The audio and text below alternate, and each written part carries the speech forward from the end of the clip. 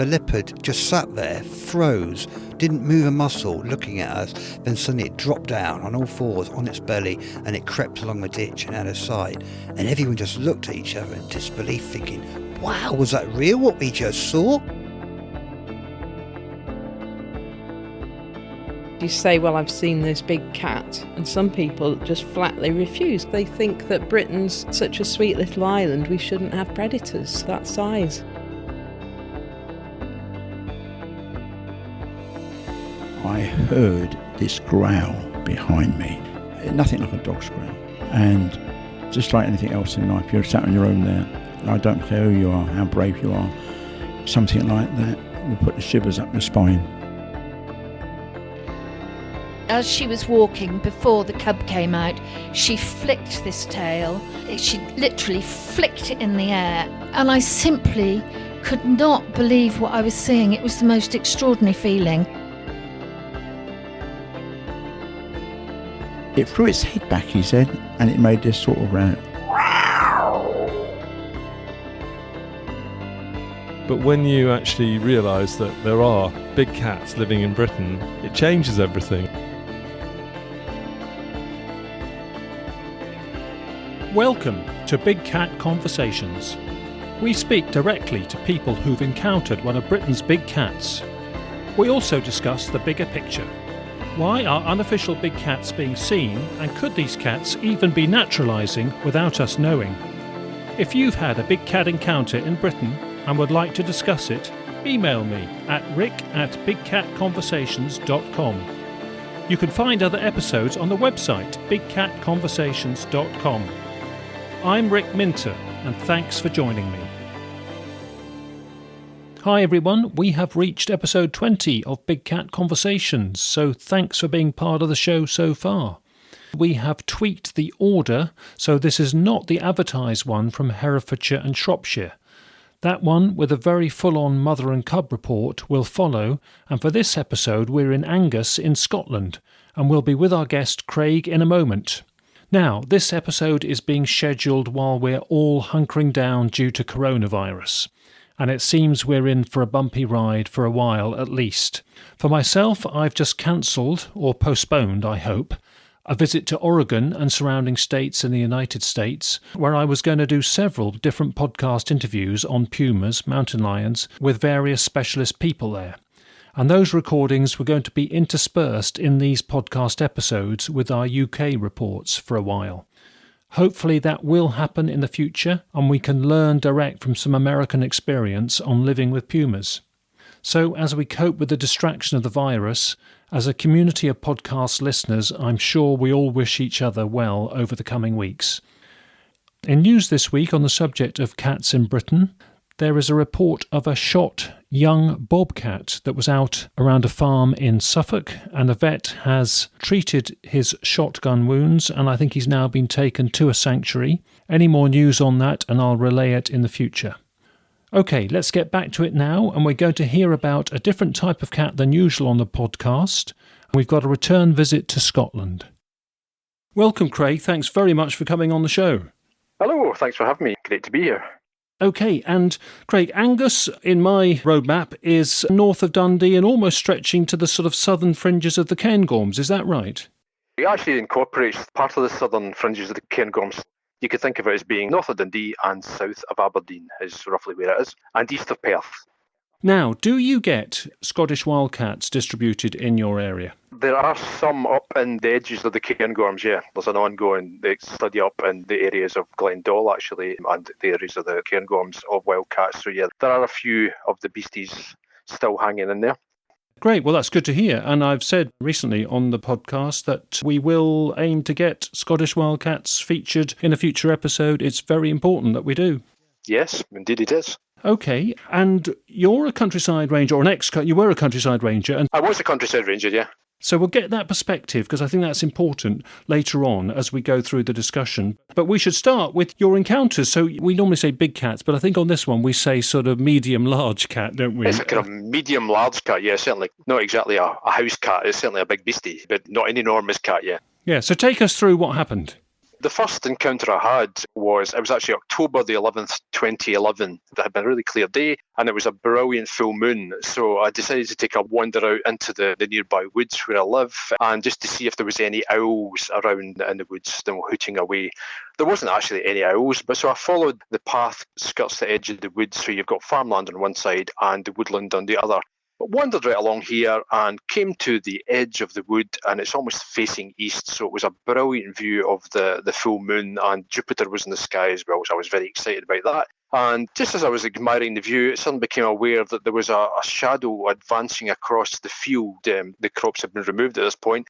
So there was a shadow advancing. I thought, it's a fox. Is a fox coming? So where I was, from my perspective, I could actually kind of sneak behind a handy tree, one of the big beeches, and just peer out and watch the fox coming along towards me. As I watched it, it was like, that's actually not a fox. It's actually moving a bit oddly. And it got closer and it became apparent that it was actually a cat. Now, I couldn't actually get a good look at the colour because we're talking it's night time here, but it was illuminated from behind by the full moon in the sky. So as it got closer, I mean, it was about 50 metres, it was definitely a cat I was looking at. It was pretty large. It certainly wasn't a house cat we were dealing with here. It was like, my first impression was that this is something that body was about 1 metre long. It looked quite odd because it looked very gangly, really long legs and quite a small head and quite a big tail. I just continued to watch it. It didn't see me or didn't smell me or anything until it got to within about 20 metres and then it just froze. And obviously at that point it was like you could see it was looking in the direction, probably thinking I'm coming into the wood here. That's my usual little path. I'm going to follow that, but there's somebody there. So it was paused for a few seconds and then you could almost feel it humping and tough. And it made an arc round about me, keeping about maybe 20 metres distance, and it passed round the back of me and then jumped over the fence and went into the wood behind where I was standing. It didn't seem particularly bothered. It just was almost like, no, I was coming into that wood, but you're standing there, so I can't, so I'm just going to make a little diversion around you. But yeah, it was quite definitely a cat. Having worked as a countryside ranger and been used to seeing wildlife and things out and about, this was something I had never seen before in the wild. I'm used to having foxes around, the very distinctive, almost like jogging gait as they came along, but this was like, it was slinking, is all I could say. It was slinking around just like a cat.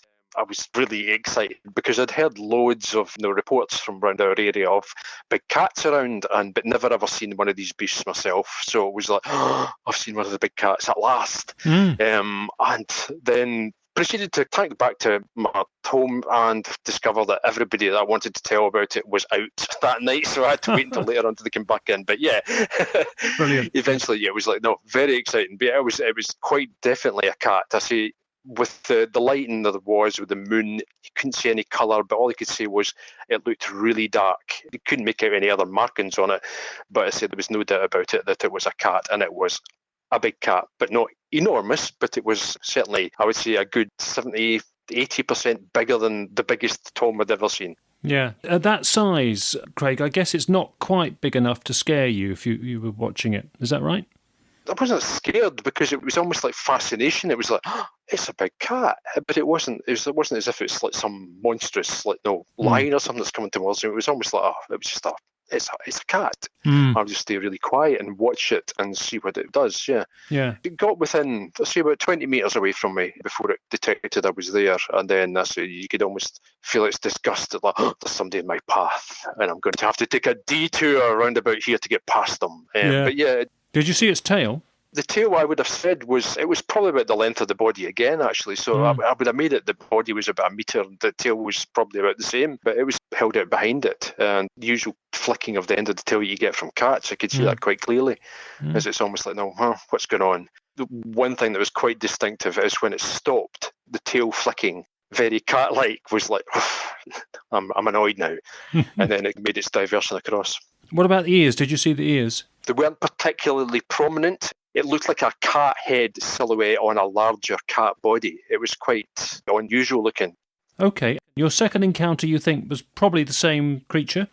It's more than likely the same. The movement was very similar. The next one was about 15 months later, and that took place at 9 o'clock in the morning. I was heading to Dundee, driving just out of the village where I stay, and maybe about a mile away. The road travels through a small woodland. There's a dry stone dyke on my right-hand side of the car. There was a car coming behind me as well, and I caught, like, oh, there's a fox on the other side of the Drystein Dyke here. So as I got closer, it was a really, really dark fox. In fact, it's actually almost like a black fox I'm looking at here, and it wasn't moving like a fox. It was like, no, pretty much not a fox. The creature got slowed down at that point as just as about to enter the woodland, and the creature crossed over the road right in front of the car. We're talking maybe 5 metres away from the car, and it was a cat. It was definitely a cat. It was a really quite an unusual shape, very similar to the one I'd seen in the previous year. A few seconds it took to cross the road before disappearing into the woodland on the opposite side. Body was about 1 metre long, about the size of a medium-sized Labrador height. The tail was 1 metre long as well, but the head, it was actually really quite small in comparison to the rest of the body. Never seen anything like that before. Colouring was very, very dark. There was maybe a hint of some kind of mottledness under the dark colouring, but to all intents and purposes, it was a black cat. At that point, I stopped the car, and the driver behind got out, and he was like, "Did you see that?" And he was like, "Oh, it's a big cat." It was indeed. I had a wee look in the wood, but it had completely disappeared. And at the time, the ground had been really hard. It was really icy around about there, so there was no marks or anything where it had been. But it completely disappeared into the wood. We continued on our way, and when I got back, because I'd seen a really good full front or side view of it, had a look at various cats on things, and the closest I can come to it was a jungle cat. A jungle cat looked almost exactly, the outline was it had that kind of really kind of gangly leg look about it, almost like a kind of tabby's head stuck on a large cat's body. The only difference was the colouring. This one was really, really dark, whereas they tend to be a sandyish colour. Yes, indeed, yeah. Felis Chouse. Yes, And the other driver saw it, had a good view of it as well. He had a good view of it as well, so yeah, he was like, "Whoa, wow," and he was immediately off and phoned his wife or whatever it was, and was like, "Oh, I've just saw a big cat." As I did the same as well. This time there was people in to tell about it, but it was quite a striking big beastie. Round about where I stay, there's lots of little patches of woodland around. I was using the dike, the wall, to get from one patch of woodland to the other, sneaking along the side of the road, and then it obviously had to show itself, zoom across the road. It managed to show itself to us as it crossed the road. Had you heard of anybody else seeing an actual jungle cat? I know we're going to talk about some other sightings. We'll hold those for later. But was it a surprise when you found out that there was a jungle cat in the area, or what you concluded was most likely a jungle cat? Or did you have other people who described the same cat amongst the other reports? The sightings of the other reports I've had were most of them were just, it's a big cat, we just saw a big cat. They were all quite definite about the size of it, which was something like a kind of medium-sized Labrador type size. But I had never seen anyone that had say, like, yeah, it's definitely a jungle cat. Not knowing what the other sightings were, it was like a bit of a loss as to what they were. But having seen that creature there, it was like, that was definitely a jungle cat. So albeit a very dark one. I've never seen photos of dark ones, although they do vary a fair bit on Google Images and in the textbooks. You've actually, if you don't mind, queued me up for me, myself, to make a report on the podcast, because I've seen one too. Yes, aye. And if I can have a couple of minutes myself, and that was edge of Gloucester. It's very much the edge of the River Severn, where it snakes round to the side of Gloucester, and it's very marshy. And of course, another word for jungle cat, another term, is swamp cat, and that describes the sort of preferred habitat. I think they're a generalist cat, and they can actually survive in many different types of habitat across India and Asia and the Middle East, where they are distributed in the wild naturally. But this one was perfect for, if you were calling it a swamp cat rather than a jungle cat, this is swampy area around the edge of the River Severn. Frank Tunbridge, my mate in Gloucester, had contacted me to say, "Rick, I've seen this cat," and he basically said he was squeaking a ball for his dog, and this cat turned up, which again, in the gloom, he thought was a large fox initially, but he said it didn't behave like a fox as it watched and heard the squeaky ball, and he said it advanced when he went back, because he obviously retreated a bit, seeing this animal that he wasn't sure of, and so it advanced a little bit cautiously, and then he decided it wasn't a threat because it wasn't big enough, and he thought this isn't a fox, but it might be a cat. So he advanced a little bit, and then it retreated. And he said it was very interesting to see an animal that just kept its distance. Whatever he did, it kept its distance. He said dogs don't do that, deer don't do that. And he got the feel that it might be a jungle cat when he went home and looked into it. And so a couple of nights later, he and I and my 2 kids and my other half, Ellie, all went around that area at the same sort of time. Yeah. This was, I think, dusk at summer.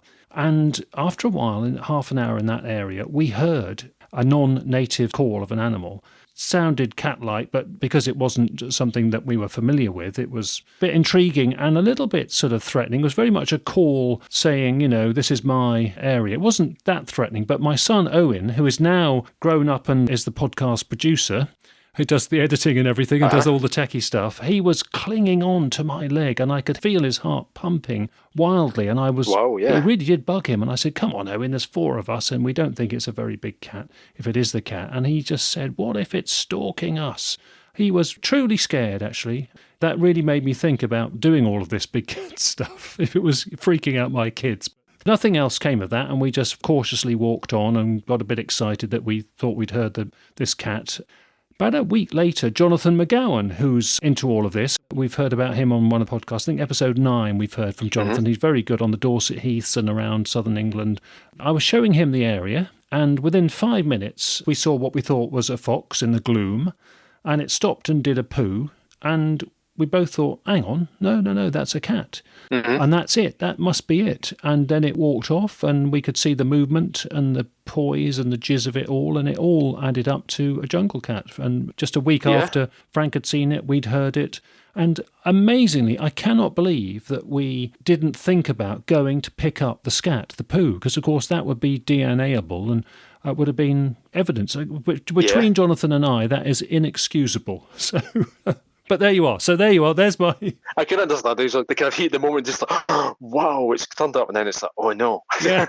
So there we are. And I think your one sounds a bit bigger. Would you equate yours to a large male fox size? I mean, that's what they are sort of in the textbooks. Talking about a kind of large male fox size, yeah. Of course, they would be in Britain because we do have them reported occasionally. I mean, they're very much 4th on the list. I mean, first on the list is a sort of black panther, most of which may well be black leopards, as we say on the podcast. And second on the list is the puma, mountain lion, cougar, the sandy brown one. Third on the list is the lynx. And then jungle cat. You do get jungle cat reports, or cats which would appear from the description to be most like jungle cat. And as you say, they've got quite an upright, long-legged, gracile poise and form, haven't they? Initially, it looked as if it was almost standing on stilts. The first view I got, it was like a really leggy cat. But yeah, it was quite a distinctive beastie. Yeah, and I guess that form of them is good for their bounty, catching rabbits and small mammals, and in water, waterside environments. It all fits the habitat needs that they would have. Wade in the water, and catch things, Because they were used for breeding with domestic cats to form the Chelsea, which was a sort of fashion, the designer cat fashion 20-odd years ago. As far as I can see, it petered out. The more fashionable one now that's in vogue is the Savannah cat, which is, of course, part serval, bred with domestic cats. But the Chelsea proves that if the jungle cat got out, which it seems that it's done, pure form or Chelsea form, if it then goes on and interbreeds with feral cats, farm feral cats and wild feral cats, domestic-sized cats, they're going to create a sort of interesting, larger-than-usual feral cat that's out there that would be a very good rabbiter, probably not big enough to get a deer or a muntjac. Just strikes me that we do have quite a oddball mixture of feral cats, perhaps, that are bigger than the norm. The question is then, would any of them have done a sort of mutation jump to giganticism and then big enough to get a deer? I think that's an open question. It's probably doubtful.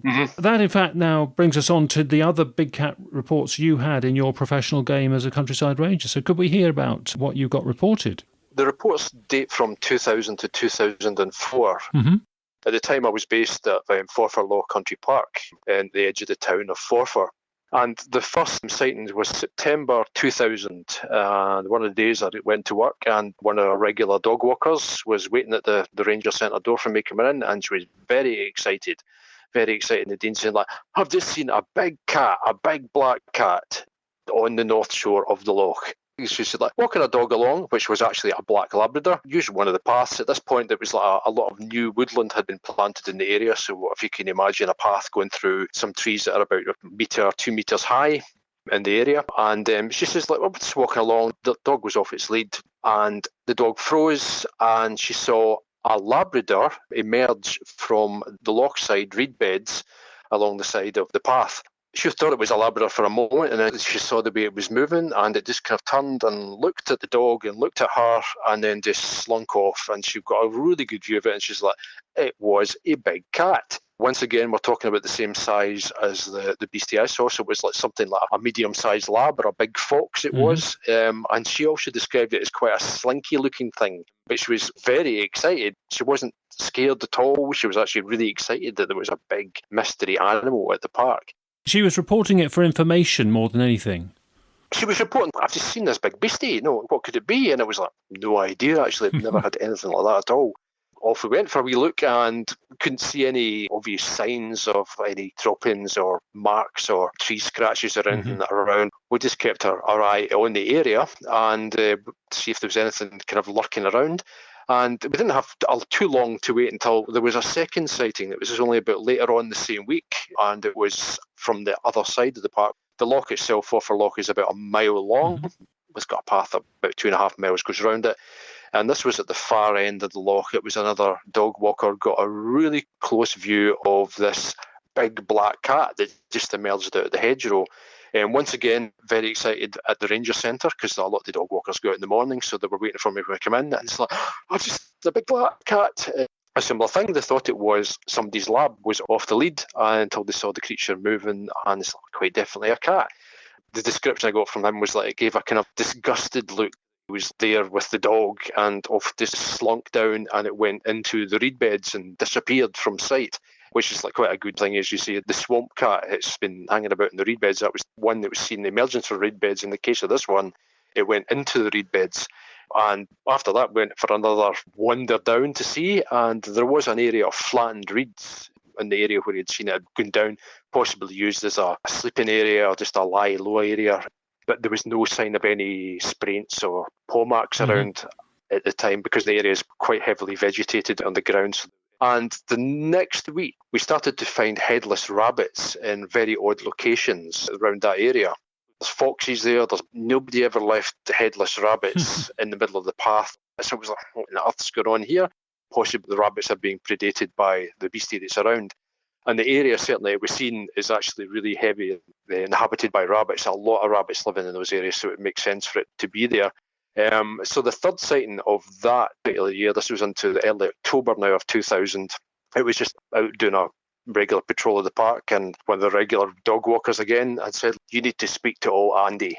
He's got something to tell you, but he'll not tell you because he doesn't think anybody will believe him. And I was like, oh, aye, what is it? He says, look, it's one of the beasties he's seen, but he's no one to tell. And so eventually, a week later, encountered old Andy, and I was like, well, I hear that you've got something to tell me. Have you seen something? And he was like, oh, no, I've never seen anything like that. I says, like, I tell you what, I'll make a description and you can say yes or no. I says, like, you were walking a dog round about here and you saw something that you thought was a black Labrador, but it wasn't. And it was a cat. And he went, it was a cat. It was a big cat. It was definitely a big cat. Really quite excited and animated as well. And he had seen it once again. It was in a similar area to the other guy had seen it. But yeah, he was like, no, nobody will believe me, it's a cat. But he was like, no, really quite animated. Very excited as well that there was a big cat in the area. And that's one thing that struck me about those first sightings we had was all the dog walkers around the park talked to everybody else. And everybody was actually really excited that there was a big cat at the country park. It was like, I thought, my goodness, there's going to be absolute panic here that there's a monster roaming the park that's going to eat your dogs. But no, everybody was very excited. Almost like, got extra dogs to see and trying to see this beastie as well. I was very pleased with that. It was quite nice. Quite a nice thing to looking out for it. The headless bunnies continued for about another week, and then there was no more headless bunnies and there was no more big cat sightings in 2000. That was the last we had of that one. Until a year later, strange enough, September, October 2001, exactly the same run of sightings in exactly the same places as the time before. We had 3 dog walkers. They were standing talking, and cat emerged from the reed beds, almost exactly the same place as the first sighting had seen it, and gave them a kind of disgusted look that I had to make a detour. And made a detour around some hedges and then crossed over a field. And all 3 of the dog walkers looked quite amazement as this beast was. It was not phased, it wasn't frightened. Very similar to what you were saying yourself. It was a creature that kept its distance, but it wasn't particularly scared. And once again, this was described as a funny-looking Labrador-sized cat, they said, but it was black. This was a black one as well. And at this point, the headless bunnies started appearing in the park again. There was dozens of them. The rest of the rabbit wasn't eaten, but the heads were munched. You could see there was like fragments of bone and stuff around. And then 2 weeks later, a second sighting in the similar place to where the old lad had seen it in the rabbit field at the west end of the park. Next one occurred in April 2002. And there was like 6 dog walkers all having a chat, and the cat came out of the bushes and went down to the water's edge, had a drink, and then slunk alongside into the reed beds, probably taking about 2 or 3 minutes to do that as they all stood awestruck at this creature that lay 50 metres from them. It was completely unfazed by the fact they were there. They looked at them and then off it went again. That was only the one sighting we had in April 2002. Once again, for a couple of days, rabbits appeared missing, minus their heads as well. There was no autumn sightings in 2002, and no headless bunnies appeared. But the next one happened in 2003. Now, I should point out at this point, I was working with a colleague at the time who was totally sceptical that such creatures existed. He was like, no, absolute nonsense, it's complete rubbish. And he had been relocated to staff one of our other points up in the head of Glen Clover, Glendall, the ranger centre up there, on the edge of the Cairngorms. The day he was sent up there, I had the report in the morning. It was like 9:30 in the morning. This is September 2003. Another dog walker came in, said, I've just seen that big cat again. It was in its usual haunt along the northern part of the loch, emerged from the loch side and then tracked up across into the fields. 4 o'clock that same day, a very excited phone call from my colleague who had been up in the Angus Glens. He had been driving back down at 4 o'clock and a big black cat ran in front of his car as he was coming back down the road. So the distance we're talking here is probably about 25 miles away from Forfar Loch. He got a really good look at it. Once again, it's a kind of like lanky Labrador, in inverted commas, sized beastie that disappeared into the gloom. It's a place called Rottle in Glen Clover in Angus. There's some houses nearby, and he was so kind of like shocked by this, he went to talk to the owners and said, like, I've just seen a big cat. To which their answer was, yeah, we see it around quite regularly. It's around here quite a lot. So he was like, well, I'm converted now. I know they're out there because I've seen it. Meanwhile, at this point, I had, despite having tracked the creatures around the park, hadn't seen hiding or hair of this thing. Everybody else gets to see it apart from me. Another one of our staff, our colleague, was based down a nature reserve called Montrose Basin on the coast. It's a big tidal inlet, mudflat, and he was another sceptic until he saw what he thought was a Labrador, once again, a black Labrador out in the reserve. And he turned his kind of spot and scope on it and got a really good view that this wasn't actually a Labrador, it was a cat. So this is like these sightings, one at Forfar Loch, one in Glen Clover about 25 miles away, and another one in Montrose, which was seen twice. They were all seen within probably 3 days of each other. So we're talking at a distance here of probably 50 miles. So it's probably not that feasible that it was the same cat that was seen in those distances. We're probably talking more than one creature. Yeah, and one of them may have been a black leopard, the more conventional standard black panther, black leopard type, rather than the jungle cat. Yeah. My colleague at Montrose Basin described it was a very thick tail the creature had. It was a really thick tail it had. It was really noticeable when it was walking along. He viewed it through his spot and scope. It was about a quarter of a mile away from his. He said it was quite definitely a cat. It was quite a chunky creature. Big Labrador size was his description, but it had a really thick tail. It was really quite a chunky looking beastie. He described it as being stompy, actually. It was a stompy creature kind of wandered along. From the distance, it's a bit different because you're looking at it through the scope rather than seeing it close up for a few metres. But yeah, it was certainly a considerable distance between those 3 sightings, all within a few days. Yeah. It's been spied out of Montrose Basin a few times. The final sightings there were, for reported sightings we've had at Forfar Loch, were in 2004. It was February. This was seen by 15 dog walkers actually reported this one all at the same time, and it was like one of the most annoying things of my life, really, because I had some volunteers with me that day, and it was like, okay, gang, what way are we going to walk around the loch today? And the pick was that way. If we had gone the other way, we would have seen the cat at the same time as they did. But we just met them all coming back the opposite way. We was like, we've just seen a big black cat. Very exciting. It was back. And once again, it was in the similar spot. It had come out of the reedbed area, the shrubby area, crossed the path and up into the field, and they watched it climb up the field and then disappear over the hill on the other side. And Once again, it was quite aware it was being watched, but it wasn't in a hurry to get itself away. And that was once again described as being quite a lanky-looking big cat, but it was the black colour as well. And around that time, the headless bunnies started appearing again. They were around for a few days, either side of that sighting as well. And since then, there hadn't been any, since 2004, there haven't been any reports of big cat activity around about the loch. It may still be around because, as I say, we planted a lot of trees around the park at that good few years before, so the undergrowth was thickening up considerably. So any creature like that could quite easily hide and not be seen in a lot of the areas. So it may still be around, but there has been nobody who has reported it. The general feeling about the users of the country park, they were actually quite disappointed when there were no sightings about.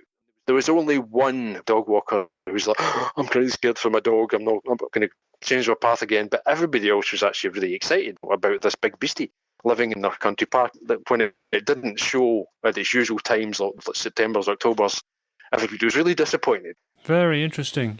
Did anybody describe the reaction of their dog, if their dog noticed it or saw it? The dogs did notice. Most of the dogs did see them. I say there's a mixture of dogs that go around the park. Most of the time the dogs were just like kind of, when they're off the lead and they encountered the cat. I mean, the very first one, it was the black Labrador that was off the lead. And it just stopped and froze and watched. No barking or anything. And the cat emerged out the undergrowth, looked at it, and then walked away. And that's been the report from the other ones as well. The dogs never really tried to chase it. They just almost initially interested, but then held back. No barking or really quite, what on earth is that I'm looking at? Almost the kind of response seems to be that it was reported to us. Generally, people weren't actually pretty excited that there was an unknown creature living in their neighbourhood. Quite a surprise, actually. I was thinking a mass panic could have broken out, but no, it wasn't. They were actually really quite interested and really intrigued as to what it might be, because at that point we had no idea. It was just some sort of cat, but no idea what it was. It does present awkward issues for you as a professional countryside ranger, doesn't it, about how to respond if you could do anything anyway. But we'll come on to that in a second, because a quick further thought about the behaviour of a jungle cat or a cat like a jungle cat. Were there ground nesting birds in the area? Because one thing which occurs to me is that if they're taking rabbits, that's absolutely fine. It's sort of vermin control. But some people, and especially if there are low numbers of things like snipe or woodcock or whatever, that is going to be an impact, isn't it, that they do have taking ground nesting birds. I mean, obviously, we'd like bigger habitats so there were more ground nesting birds, but some people are going to be less tolerant of a cat like a jungle cat if it is going to. We do have a lot of ground nesting birds around the loch. The times that the creature was turning up, there weren't any ground nesting around. The only time it would have conceivably been some early nesting was its the springtime 2002 appearance. The rest of the time was in the autumn time, so with the breeding seasons well past by that point as well. Okay. There was no sightings around spring-summer times when the birds would have been on their nests. Yeah. Not to say that the creature wasn't there, because at that point, obviously, the reed beds are really high and the kind of the undergrowth is really high as well. So, I mean, it could quite easily sneak in and sneak back out again. Nobody would see it. The regular counts we were doing of the birds showed no massacres going on. Oh, that's good. There's a stable count, so I think it was in for the rabbits, really. That's what I think it was for. Yes, okay. And of course, lots of people's dogs off leads can disturb and be an impact on ground nesting birds anyway, can't they? So you could argue the numbers They can indeed, yes. It's one of the things we used to do when it's nesting season, like please keep your dogs on leads or out of this area where the nesting birds were. People were quite happy to do that, actually. It was their park, they took a pride in it as well, so yeah. Great, that's good.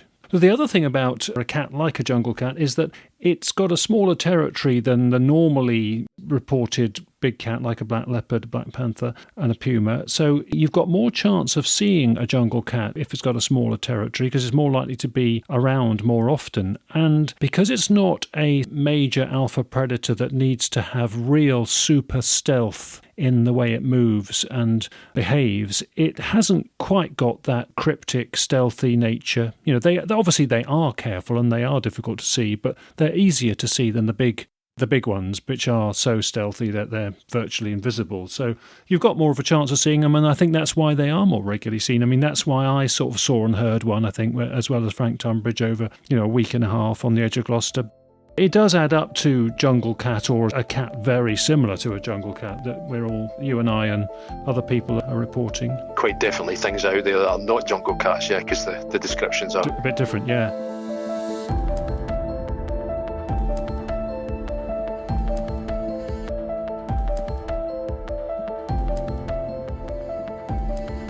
Okay, a quick break for our word of the week now, and for this episode we have meso-predator.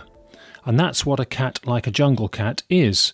So, not an alpha predator, but a medium-ranking predator, predating medium and smaller prey items, such as rabbits, small mammals, birds, and even fish. And meso-predators may scavenge if they can, and if they want to take the risk, they will pursue leftover carcass remains of alpha predators. Meso-predators will spread if there is an absence of alpha predators, and as an example of this, we discussed in our previous episode on lynx and rewilding how the Scottish European wildcat apparently spread in Britain 1500 years back once the Eurasian lynx here became extinct. On the Big Cat Conversations website, on the References and Links page, there is an excellent short animation video, complete with a funny song, explaining meso-predators and pointing out how they succeed when alpha predators are in decline, which of course unfortunately happens increasingly in the modern world with alpha predators under stress. Some meso-predators, like some of the cats, are often diurnal, active in daylight as well as at night time, and they may act like this partly to avoid the threat of larger predators. Other examples of meso-predators are foxes, raccoons, skunks and pine martens. Many meso-predators are not strict carnivores, and they may scavenge as well.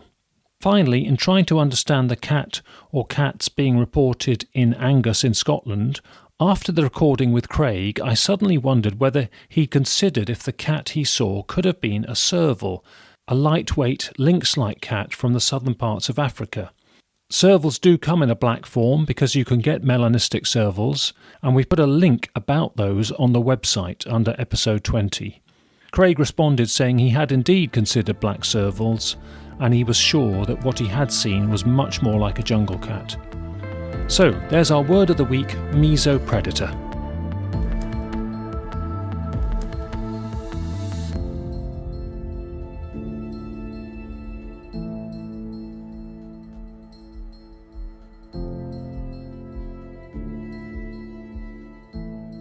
As a professional countryside ranger, Craig, at the time, how did you feel about this, and how did you feel about chatting to fellow professional rangers about it? Was it sort of an awkward topic for you?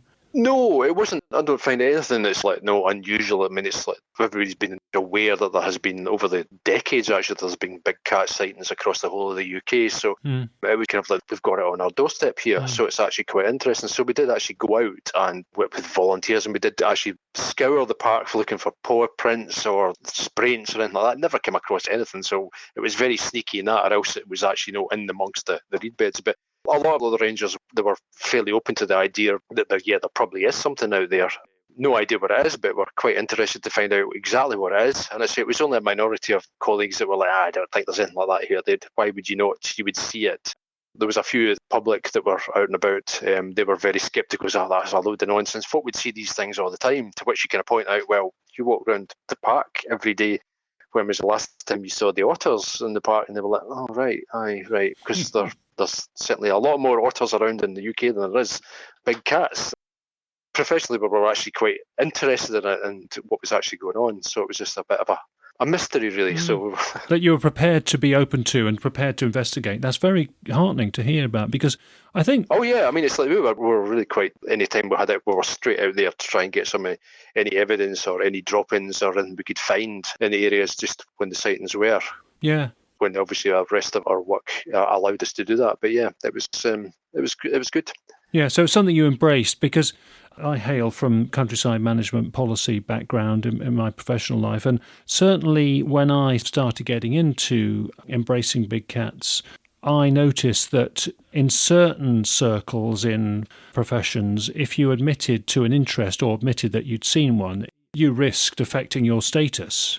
Mm-hmm, yeah. And I know people who are have a closet interest, and it remains a closet interest because I think they're worried about their status if they admit to intrigue and fascination about it. And I do understand that. I think it's perfectly, It's about your career status in life, and it's about your reputation and just human nature and psychology. So good on you that as countryside rangers you embraced it.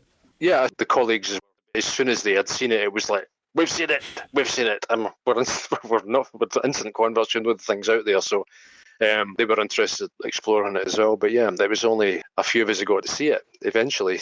My other sort of link with the countryside ranger profession is that when I was about a few years ago, probably 7 or 8 years ago, I was in touch with some people on key committees of the English branch of it was called Association of Countryside Rangers then, and I know there's a Scottish parallel body, but the professional support body for rangers, and they were openly emailing me to discuss potential training and briefing course. Eventually it didn't happen, but it was good that there were some of them interested enough to think that might be useful. And I have to say I have done that sort of thing for 2 other countryside organisations who probably don't want to be named, so I won't name them, but it does happen. And I think sometimes it doesn't happen because there's a few sceptics amongst the committee or subcommittee that it's discussed amongst, and the people who are interested can't get it past the sceptics, and that's the way of the world. So finally, what do you think generally about big cats living in the wild in Britain?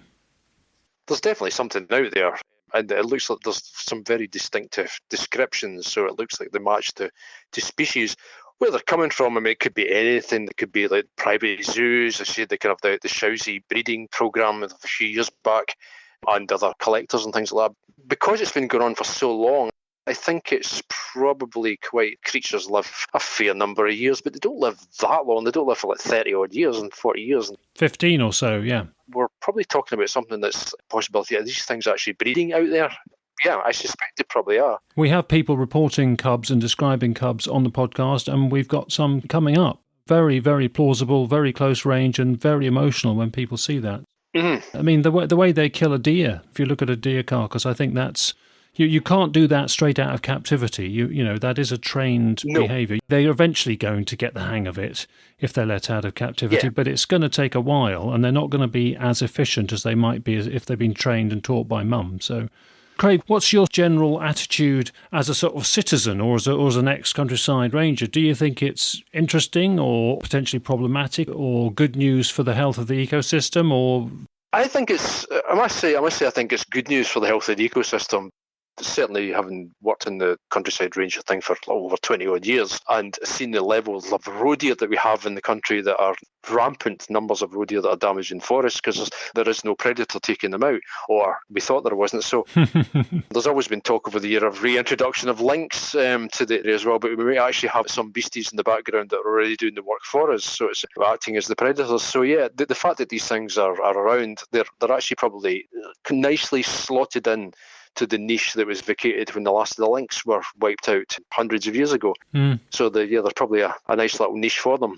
There's quite sneaky creatures, as you say, with maybe the exception of the jungle cat. Everybody else is like hiding out in the woods and not really wanting to be seen very often. So most people are not going to see them. As I said, my analogy was to the folk that were sceptics. When was the last time you saw like a badger, a otter, a fox? And they're like, oh, I haven't actually seen any of them at all. So it's like, no, well, these cats are probably a degree of magnitude less in their population than that lot are, so your chances of seeing them are even less. So yeah, I think they're out there.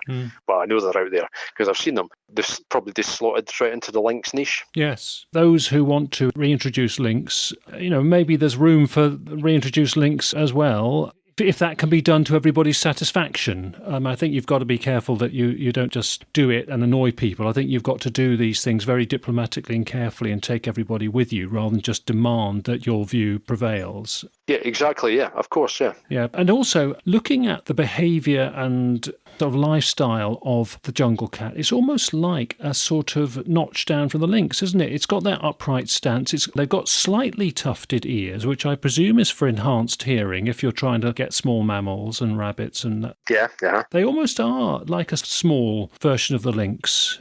With tails, lynx hardly have a tail. Well, it's like a tailed version, yeah. Did anybody ever see any of them getting prey, chasing a rabbit, a jungle cat type cat chasing a rabbit, or leaping up? Because they would do that a bit. No, it was always on the move. It wasn't actually hunting anything at the time. So, and certainly the 2 sightings I had, it wasn't on the hunt at that point. Well, it probably was on the hunt, but it wasn't after any prey. I didn't see it in action, so to speak. Yeah, but it was the creature itself, or the creatures weren't actually particularly scared of people. It wasn't as if quite often you see like even a deer or that, as soon as it gets a whiffy, off it goes. This one was, the creatures were quite They saw everybody that had seen them, with the exception of my colleague that saw it from half a mile away. They saw who it was that was seeing it, and they weren't bothered. They were kind of maybe had to divert away from their path, but they weren't frightened. Yeah. They were wary or keeping their distance, but they weren't keeping undercover, shall we say. Yeah. They weren't really bothered that they were out in the open. Probably a bit annoyed that they were caught out in the open, but yeah, they were. That is interesting, which again is a bit different from something like a black leopard, which, I think slinks off as quickly as possible. Otherwise it gives you a warning or a warning cough or a hiss or whatever to say, beat it, I've got some business here, and you've got no... Yeah, exactly. Don't steal my dinner. Yeah, sure. Yeah. Finally, Craig, we ought to just say, because you are on the fringes of Scottish wildcat country, they're incredibly difficult to see because they are genuinely really stealthy, shy cats. But do you meet people who see Scottish wildcats at all? I did when I was a ranger. Yeah, my colleagues up in the glens, they've got trail cameras and things out and about, so they have captured quite a few sightings of wildcats up in the area there. So yeah, they are out and about. I've never actually seen one live myself out and about, but very sneaky creature. But yeah, they're around. And are those pure ones, do you think? Do they think? There's an investigation going on. It's suspected that there might be, but it's still to be confirmed. There's certainly a kind of colony in that area, so they're being investigated. Exactly what status that is now, I don't know. Oh, well, that's heartening anyway. That's great that people are on the case and the trail cameras are turning things up. One hears that it's still extremely difficult to camera trap Scottish wildcats unless you've got sort of good information from local people or landowners or whatever that you're going to be in the right area. The beasts are around, yeah. Yeah, mm-hmm. Great. Yep. Well, Craig, I think we're done, and I'm really grateful for you chatting through all those issues, and it's been fascinating to hear of your own sighting and the reaction of the users of the country park. So really grateful for you coming on, Craig. Thanks for asking me on. Yeah, that's great, yeah. OK, before we sign off, a brief mention about our next 2 episodes. And as I've already said, we have a guest with reports from Herefordshire and from Shropshire. And that episode will include a photo on the website, which our guest took in Herefordshire. And we'll also hear about his close-up observation of a cub, followed by its mother. Also coming up is a discussion with 2 guests based in Cornwall. And amongst other things, they are remarkably good trackers. We'll hear about a panther sighting from one of them, from the China Clay Country part of Cornwall, and we'll hear about how they bring experience of tracking people from their search and rescue work to their interest in tracking wildlife and looking for signs of big cats.